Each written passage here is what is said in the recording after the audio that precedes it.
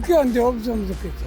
전부 다. 자기들만 자꾸 뭐 국민들이 한다고 하지만은 실제로 국민들이 하나도 없어요. 자기 마음대로 4천 5천 만들어? 옛날 사람들은 안 그랬나? 빈 공짜 그런 공약이 안 되고 신뢰성 있는 그런 공약들을 했으면 좋겠어요.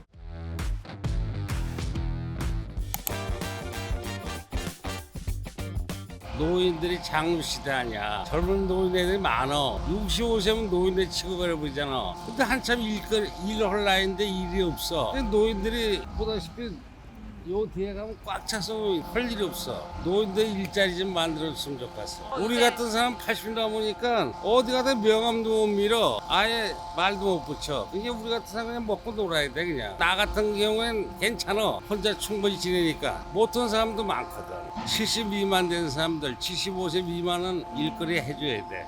75세 넘어가야지 노인 취급해야지. 지금 노인은 너무 젊어. 옛날 노인 내가 65세지 수명이 길어졌는데 지금은 75세 이상 돼야 돼. 60대인데 어르신이라 그러면 좀 화내시는 거 같아요. 아이들이지 뭐. 내가 볼 때 우리 딸이 60인데 뭐. 우리는 지금 경제가 많이 안 좋아졌잖아.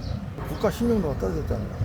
그냥 어디를 가나 국경이 떨어져서 그리고 경제가 사정이 안 좋고 그러니까 모든 것까지 폭등하고 경제를 먼저 살리고 물론 뭐 국제 경제 잘 이끌어야 되겠지만 우선 내수 경제부터 살려놓고 모든 걸 감망을 해야 되지 않을까.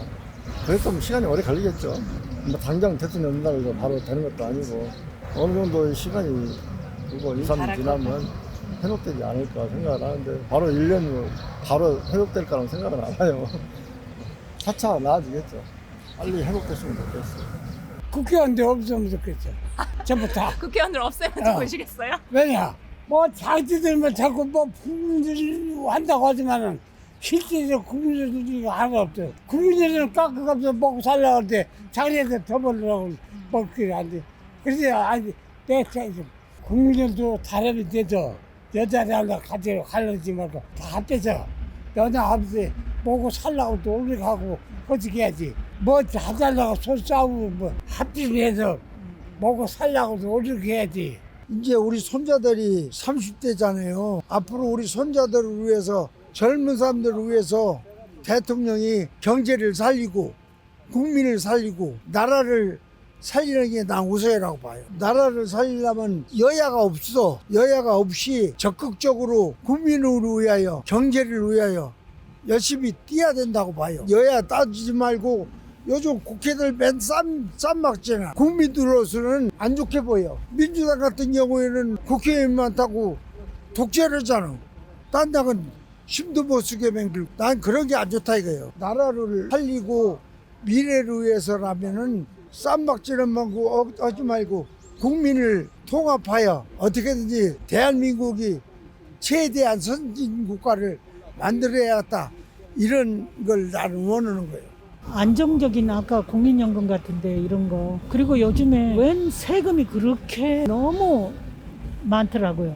그래서 저축을 해놨다가 그거 찾고 뭐 하는데도 무슨 세금률이 엄청나게 높지 않았으면 좋겠어요. 1년 예금을 해도 뭐 그때만 해도 3.8 정도 그 정도 됐는데 지금은 2점 몇으로 내린 것 같아요. 이율이 너무 낮다. 이율이 너무 낮아가지고 그런 것도 이율도 다시 돌아가서 적어도 3.0 이상은 돼야지 뭔가 저축의 보람을 느낄 것 같아요. 첫째로는 경제가 우선 활성화돼야 하고 두 번째로는 사람이 깨끗해야 한다고 봐요. 물론 경제는 뭐 잘해야겠지만은 복잡적인 문제가 그러네. 사람이 깨끗하고 그다음에 경제. 저는 그렇게 생각하거든요. 말은 그러지 뭐 4천 5천 만든다는데 옛날 사람들은 안 그랬나? 그를 얻기 위해서 그런 거지. 증권 투자하는 사람한테 위해서. 자기 마음대로 4천 5천 만들어? 세계 경제가 돌아가는 게 있는데.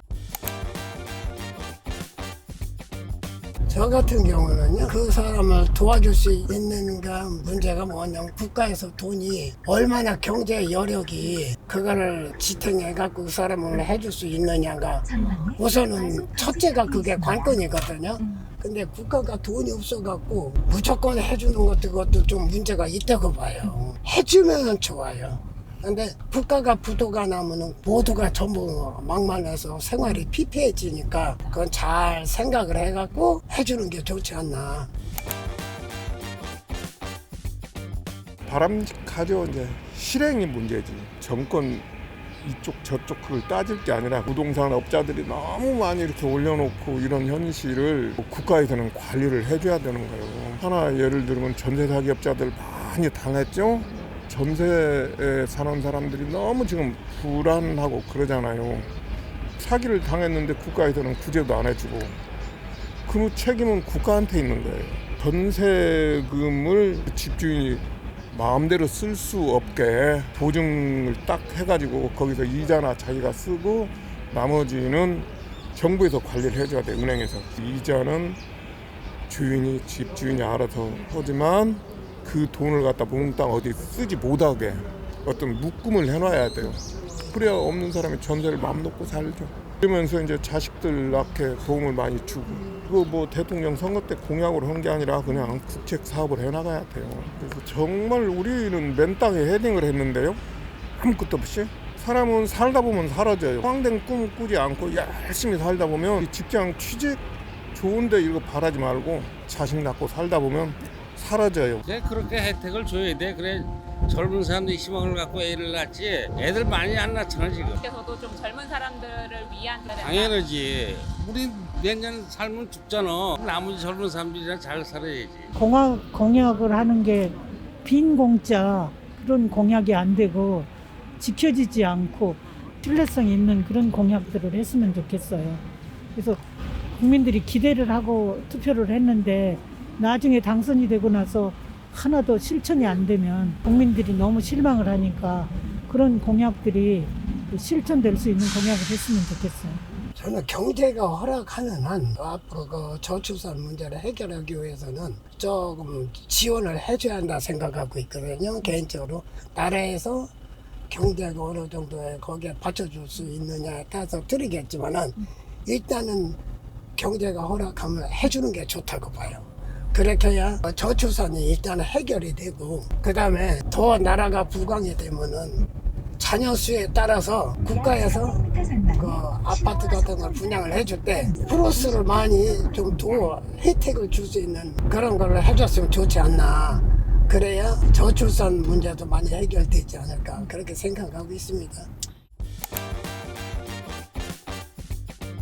제가 보는 입장에서는 좀 그래요. 지금도 우리 5일째, 6일째 하고 있는데 4일째 무슨 젊은 뭐 MZ 세대들은 좋아하고 선호하고 할 수도 있겠죠. 요즘에는 뭐 가정을 위해서 뭐 일찍 들어가고 같이 뭐 남녀 뭐 상관없이 같이 이렇게 활동을 하니까. 그래서 우리 세대하고는 좀 다르시. 우리는 보통 6일째 근무하면서 일을 많이 했잖아요. 뭐 그런 상황에서 물론 뭐 짧게 하면서 부가가치를 생산한다면은 또 괜찮다 생각을 하는데 사회가 달라졌으니까 거기에 맞춰서 아마 발맞춰서 가지 않을까 그런 생각을 또 해봅니다. 부모들이 너무 자녀들한테 결혼이며 교육비며 다 자식들한테 바쳐버리고 나중에 노후 생활이 빈털터리가 된다는 얘기도 있고 그러지만 노인들한테 국가에서 하는 건 굉장히 좋은 정책들이 많은 것 같아요. 굉장히 노인들한테 편리하고 그래서 뭐 불평 같은 건 없어요. 단 젊은 사람들이 지금 성장하는 젊은 사람들이 부모한테만 너무 의존하지 말고 아까 앞에서도 얘기했지만 부모도 자식들한테 모든 걸 다 바치지 말고 노후에 대한 그런 대비책 앞으로 우리가 지금은 100세까지 장수하세요 그 말은 못해요. 거의가 뭐 90 몇 세 하는데 그분들한테 몇 년 있다 돌아가세요 이런 거가 돼버리기 때문에 그래서 전부 이제 고령화가 앞으로 더 인구가 더 늘어날 때 노후 대비를 지금 뭐 60대든 50대든 앞으로 고령이 돼서 해야 될 거 자식들한테만 의존하지 말고 그런 거에 대한 저축 정신을 좀 길렀으면 좋겠어요.